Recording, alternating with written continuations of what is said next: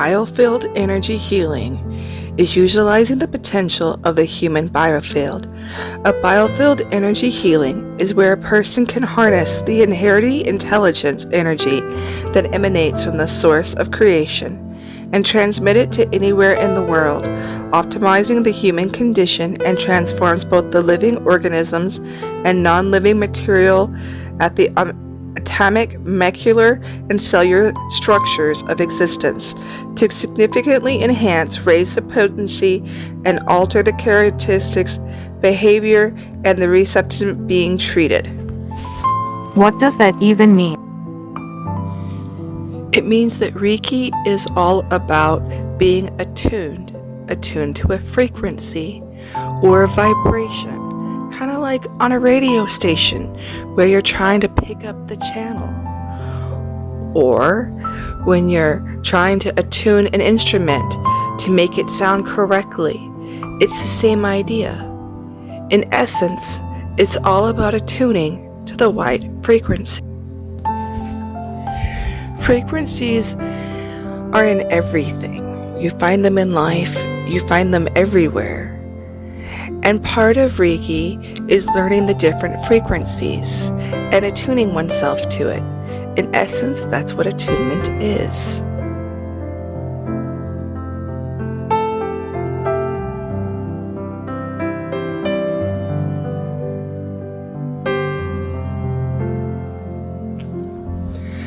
As you can see, the human body's energy field is very complex.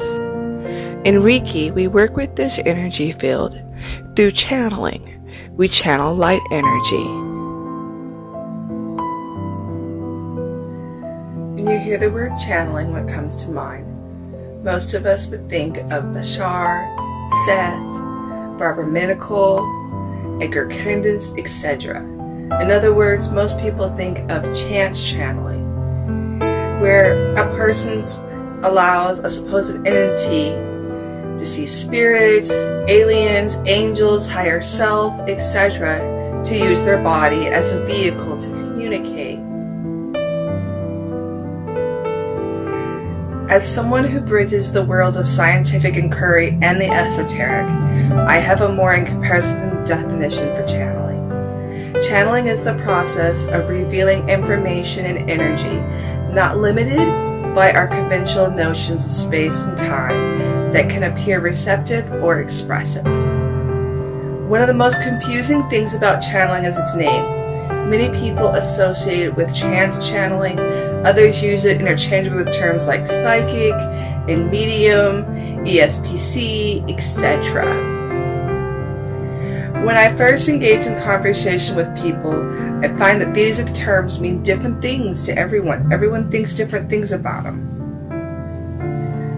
And it's the most confusing thing about channeling. As a shaman of the Cree Nation, I formally reviewed literature to understand the terms to trance and channeling. And there's 29 different terms to describe channeling. Multiple researchers show that channeling is experienced on a spectrum.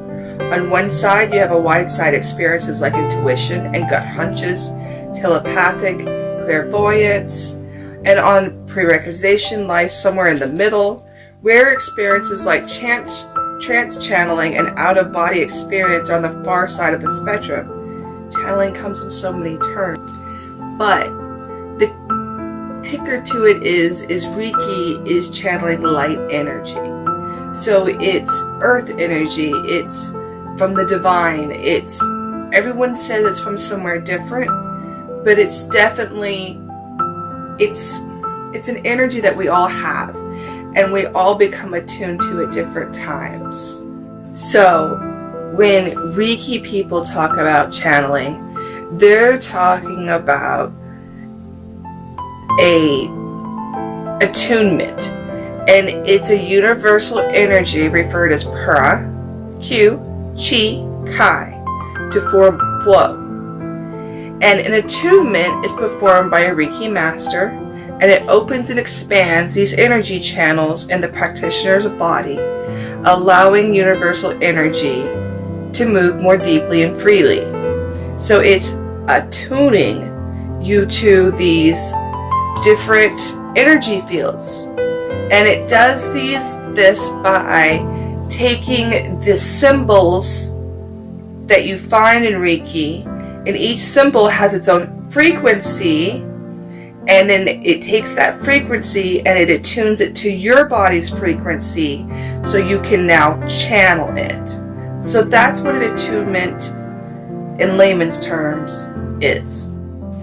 After every Reiki attunement, there's a cleansing period.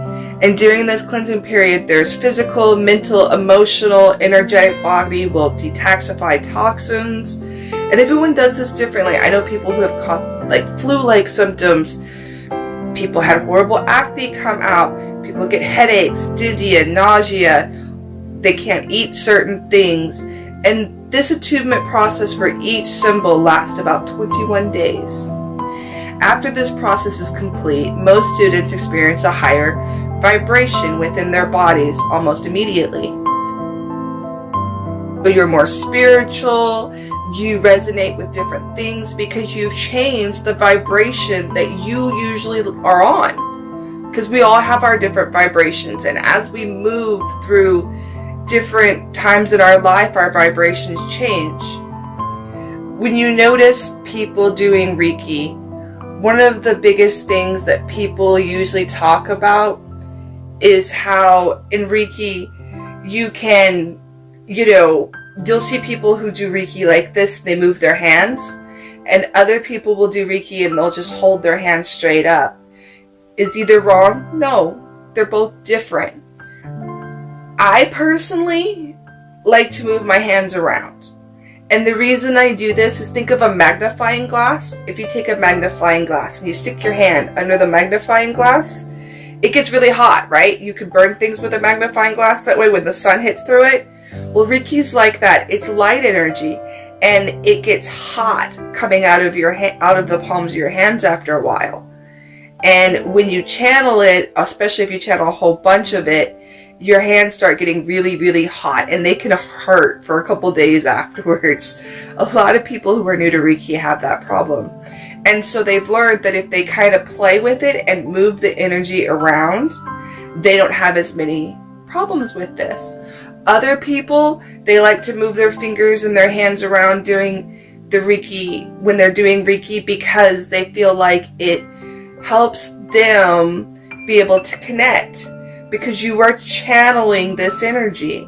And when you channel the energy, then, as you're channeling, you raise your vibration to be able to channel to those different frequencies, because you have to make yourself get to those frequencies, right?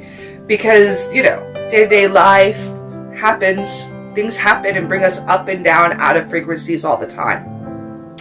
And so that's why you have different music, because the music and dancing, which is kind of what you're doing with your hands, dancing, waving your fingers around, helps you raise your frequency. And that's why you see a lot of people do it. So, is there anything wrong with doing a self-attunement? No, I don't think there's anything wrong with self-attuning someone. However, if you haven't been in an actual class with a teacher and been shown by someone else, or felt the different frequencies that the symbols are connected to, how are you going to attune yourself to that? I don't understand how that works. And I have a very scientific mind. I go back and forth. I always try to make sure my videos have a lot of science, because I think that's important. And so I don't understand how you could, do a self-attunement when you don't know what the attunement of the symbol is. Traditionally, Reiki symbols were a source of great interest, and they were held secret, and you weren't allowed to show them or tell anyone. Now you can find them everywhere. They're all over the internet. Everyone's talking about them. But how do you know what frequency this symbol is? As a Reiki master, I can tell you every single symbol has its own frequency. You know, I am not just a Reiki master in one symbol. You know, you don't just learn one symbol. You learn many symbols. And every symbol is different. And, you know, there's all different kinds of Reiki. I mean, I know 290 just off the top of my head. And every form of Reiki has its own symbols, and they each have their own meaning, and they each have their own frequency behind them. And none of them are wrong or right or better than the others. They're just very different, you know? And so can you say that this master, you know, I have I know the master symbol over here, but that master symbol is not the same as this master symbol over here. And so they don't vibrate at the same frequency, and they don't do the same things, and they don't work the same way. And as you learn more about Reiki, you learn how to put these symbols together, kind of like make sentences, or make, you know, you put them together, and then you can make bigger symbols out of them, and it does different things. And when you get further into Reiki, you learn about those things. But, you know, it's, even when they're put together, it's a whole new frequency. And if you don't understand what those frequencies are, then how are you going to attune yourself? You know, is there anything wrong with using symbols if you don't know the frequency? I don't think so, to a point. I've been working with energy since I was a child. I've been naturally attuned and messing with energy my entire life. I was a very interesting, special child that was completely psychically open as a kid. Completely. And you can't convince me that it's wrong. However, you know, once I was attuned, it was stronger, and I understood it. And when you understand something, it makes it work better for your clients and for yourself. So I think it's important that, yes, you do go through an attunement with a master. Now, is there anything wrong with doing attunements for, you know, in-person attunement and distance attunements? I think that's a personal thing. You know, there are a time and place for both of them. I know people who have had personal attunements who will tell you that in person they are so much stronger and they are so much better. I know people who have had distance ones and they say they're better. And I have had both. And I have had very different experiences with both of them, and they both have their place and their reason. So I don't think any one of them is wrong. I think what's important is that you learn what the symbols mean. I think it's important that you find a teacher who you relate to and who thinks the way you think and who you feel like you can connect with. Because that connection is really going to play a really big role in how you communicate with each other and how you learn through this process. And it's a process. You know, it's like going to school. Oh, I can't read a book till I learn the alphabet. Because till I learn the alphabet, I don't know how to spell. Till I know how to spell, I can't read. I mean, it just kind of, it's a step-by-step thing. You can't just skip around. It doesn't really work that way. But yes, there are people who, you know, who have attuned themselves. And I don't think there's anything wrong with that. I just don't quite understand how that would work. So people have been asking. That's my take on it. That's how I feel about it.